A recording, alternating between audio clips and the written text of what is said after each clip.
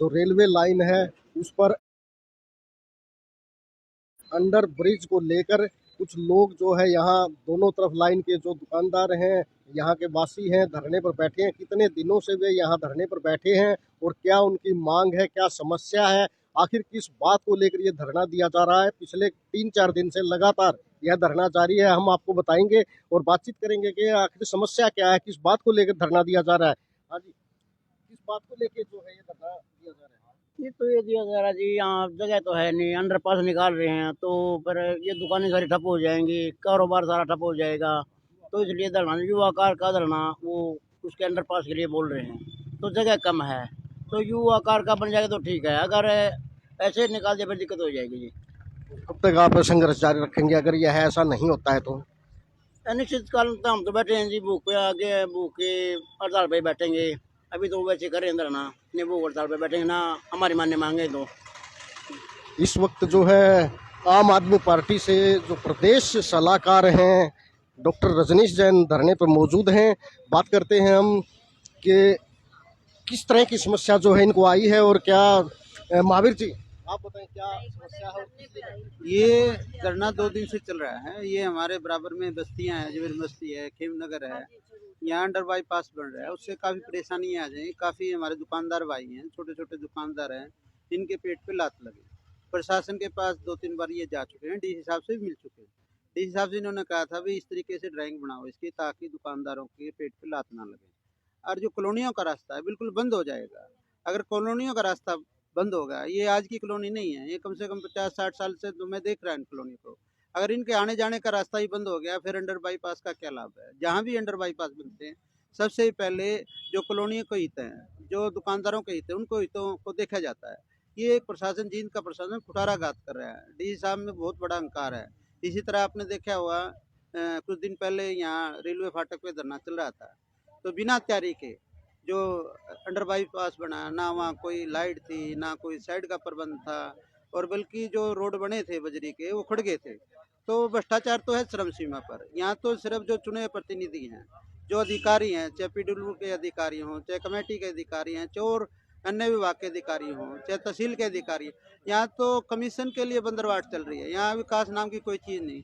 जींद का जो भट्ठा बैठाने में जो अधिकारियों ने काम किया है, जो जींद प्रशासन ने काम किया है, जो चुने प्रतिनिधि है, जो बड़े बड़े दावे पेश कर रहे हैं, चाहे इसमें डॉक्टर मीडा हो जो हमारे विधायक हैं, चाहे हमारे सांसद रमेश कौशिक हो, बड़े बड़े दावे पेश कर रहे हैं। जींद को हमने चमका दिया, जींद में विकास इतना ला दिया। दूषण चौटाला कहता है हम इनको राजधानी बनाएंगे। जींद को कहाँ राजधानी है? बड़े बड़े खड़े सड़कों पे नजर आ रहे हैं, हर रोज लोग चोटिल हो रहे हैं, बिल्कुल दमे के मरीज हो गए। इतनी धूल जितना गुमार है पूरे हरियाणा में, प्रदूषण में पूरे नंबर 1 पे। चाहे तो दिल्ली आता था, अब हरियाणा का नंबर 1 है प्रदूषण में। तो प्रशासन क्यों सोया हुआ है? प्रशासन काम क्यों नहीं करता? एक व्यापारी वर्ग को एक धराशायी करने में क्यों लगा हुआ है? पहले एडी स्कूल में व्यापारी आंदोलन कर रहे थे, रेलवे फाटक पर व्यापारी आंदोलन कर रहे थे, आज भी व्यापारी आंदोलन कर रहे हैं। क्यों इन पे पेट पे लात मारने की योजना बना रखी है? व्यापारी वर्ग एक ऐसा वर्ग है, मैं आपको बताना चाहता हूँ, सरकार चलाने में अहम भूमिका होती है। पूरा टैक्स ये देता है, खजाना ये भरता है।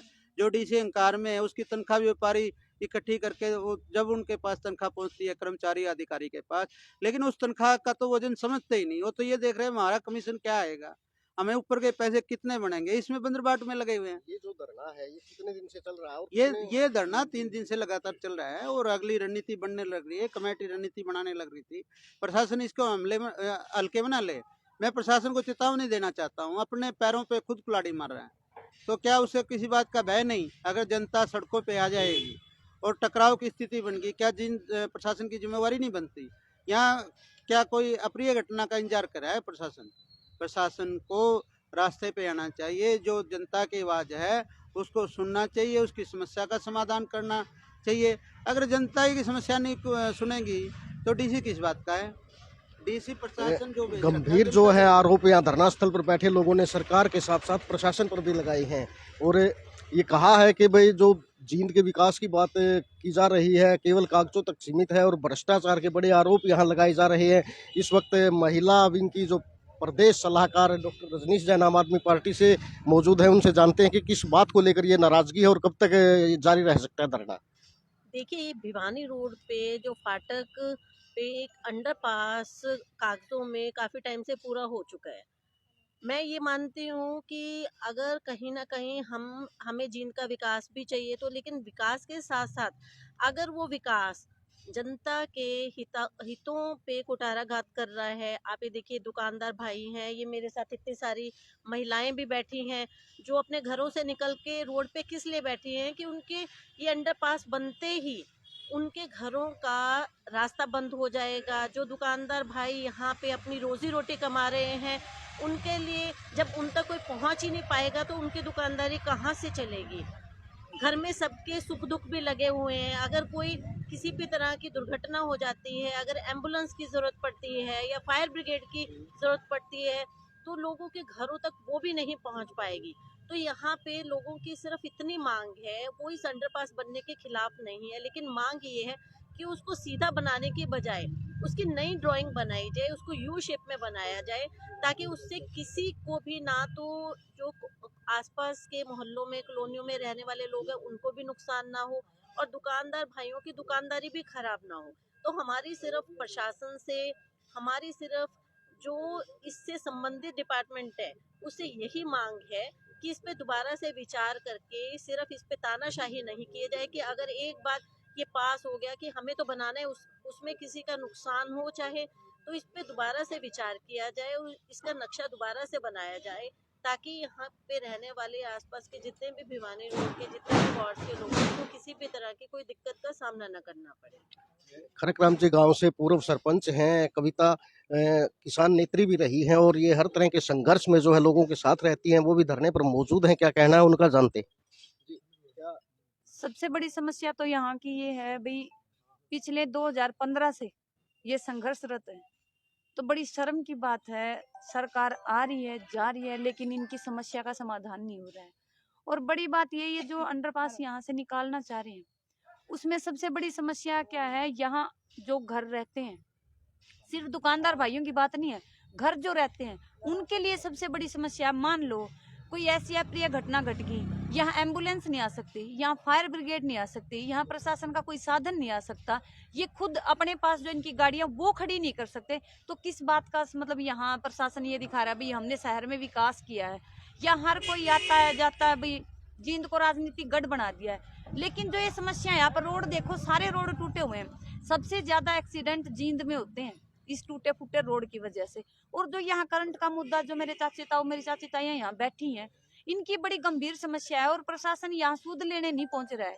प्रशासन ये बोल के पल्ला झाड़ रहा है भाई हमें नहीं पता इसके बारे में, आपको पता नहीं है, आप यहाँ के स्थानीय अधिकारी हैं, तो वहाँ की इन्फॉर्मेशन लेकर आप जो वहाँ जिसके अंडर में ये काम आता है उससे आप बातचीत भी करवा सकते हैं, समस्या का समाधान भी हो सकता है। और सबसे बड़ी बात, शिक्षा बचाओ का नारा दिया है सरकार ने, लेकिन अगर ये अंडरपास निकलता है तो यहाँ जो स्कूल है वो 2 शिफ्टों में लगता है, उसमें 2 शिफ्टों में लगने से जो शाम के समय बच्चे आते हैं उनको आने जाने में भी परेशानी होगी, हर तरफ अंधेरा होगा, वो कौन सी शिक्षा देंगे यहाँ पर। सबसे बड़े सवाल सरकार और प्रशासन के लिए, प्रशासन यहाँ आ नहीं रहा है, लोगों की सूद नहीं ले रहा है। अगर यहाँ हम कोई अनैतिक काम कर देना तो प्रशासन की यहाँ गाड़ियां इतनी खड़ी हो जाएंगी जिसका कुछ पता नहीं है। लेकिन अभी जब ये शांति से अपने अधिकार मांग रहे तो प्रशासन आकर सूद ही नहीं ले रहा है। क्या प्रशासन लोकतंत्र की बजाय लठतंत्र बनाना चाहता है क्या जींद को? क्या लठों की बात समझता है प्रशासन?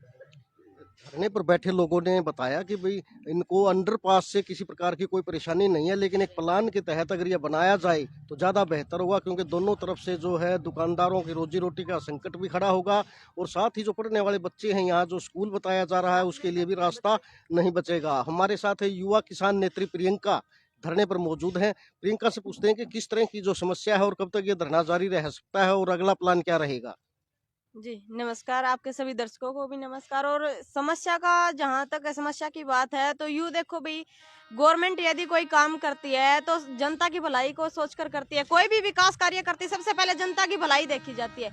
लेकिन यहाँ जनता की कोई भलाई नहीं हो रही, रोजी रोटी बंद हो रही है, आसपास के जितने भी बस्ती वाले हैं सभी का घरों के ताला लग जाएगा, आने जाने का रास्ता ही नहीं रहेगा। और जितने भी हमारे दुकानदार भाई बैठे हैं, भाई ऐसा नहीं है कि भाई ये अकेले बैठे हैं, सारी खापे हैं, किसान संगठन है, सभी दुकानदारों के साथ है। क्योंकि कुछ दिन पहले किसान संगठनों ने जो प्रदर्शन किया था उसमें बहुत सारे हमारे दुकानदार भाई है, व्यापारी भाई है, उन्होंने भी अपनी दुकानें बंद करके किसानों का समर्थन किया था। और आज किसान संगठन भी इन भाइयों के साथ में खड़े हैं। जो ये अंडरपास दिया जा रहा है इससे हमारे दुकानदार भाइयों की 50-50 साल से यहाँ बस्ती में रह रहे हैं और फिर दुकानदारी इनकी ठप हो जाएगी।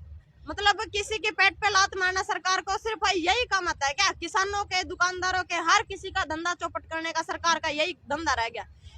खेतों में, गांव में देख लो, वहां आपको पता होगा चाबरी में भी धरना लग रहा है। गांव की समस्या देख लो, किसान अपनी जमीन पे खेती नहीं कर सकते, उनके लिए रास्ते बंद है। यहाँ दुकानदार शहरों में, कहना चाहूंगी शहरों की मतलब गांव की भी स्थिति काफी ठीक होगी, लेकिन जींद शहर की स्थिति इतनी डाउन है, चाहे वो सड़कों को लेकर के देख लो, अब दुकानदारों की समस्या को लेकर के देख लो। मतलब कहीं इनको मौका मिले वहीं अंडरपास बना रहे हैं। अंडरपास बना भी दो तो हमें कोई इसका इशू नहीं है, लेकिन अंडरपास इस तरह से बनाओ ना कि भाई इनका भी काम चलता रहे और फिर सरकार के भी विकास कार्य चलते रहे। अंडरपास जो ये बना रहे हैं ये सीधा स्ट्रेट अंडरपास बना रहे हैं, लेकिन दुकानदारों की जो मांग है कि भाई यू टर्न का अंडरपास यहाँ चाहिए, इससे इनकी समस्या का समाधान होगा। ऐसा नहीं है कि हम किसी भी बात को लेकर के धरने पर बैठ गए। हमारी समस्या है, गंभीर समस्या है। डीसी साहब तक भी हम गए हैं, डिप्टी सीएम तक भी जो ये दुकानदार भाई है सभी गए हैं, लेकिन कहीं इनकी सुनवाई नहीं हुई है।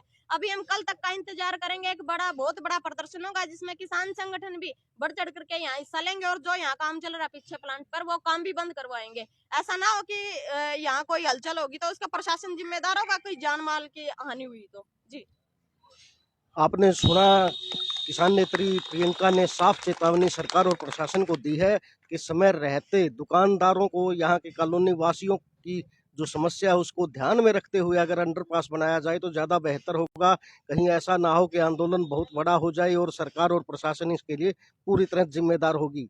गदर मीडिया